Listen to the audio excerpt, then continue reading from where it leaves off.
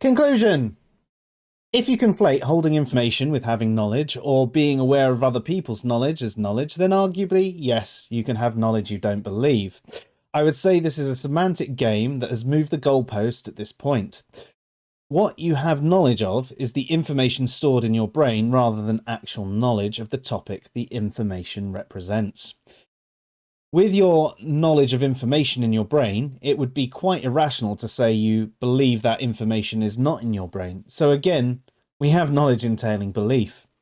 Ultimately, it does come down to semantics. If you separate the different uses of know into knowledge, information, awareness, and certainty, as I did above, then knowledge will always entail belief. If you decide to group all of them together as knowledge, then you can make an argument for knowledge without belief. But in doing so, you broaden the definition of knowledge to one where it becomes almost meaningless.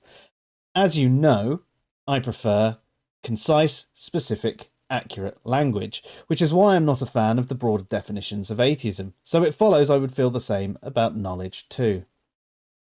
In summary, there's a summary after the conclusion.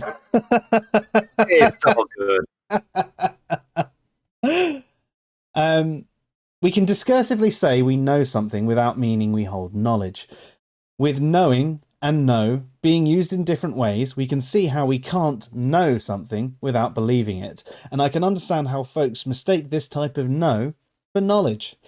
It's quite clear that if a seemingly simple word like know can cause this much confusion, with the various uses fitting so seamlessly into conversation, then it's no wonder some of our other words cause even more folks to talk past each other. This is another reason why I do encourage normative definitions from the field of study you might be referring to. If you are discussing science, there is a specific definition used for theory or evolution, for example. If you insist on a colloquial definition, even if it's a popular one, there's still a chance of talking past people. The same can be said for any topic. If you're discussing religion, speak to or read papers of a theologian or someone active in or studying philosophy of religion.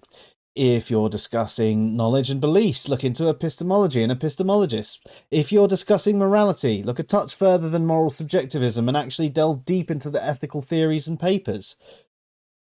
When you read conflicting things, which can happen, especially when someone is trying to make a name for themselves in a particular field, it can come down to peer review or how you reason through the problem.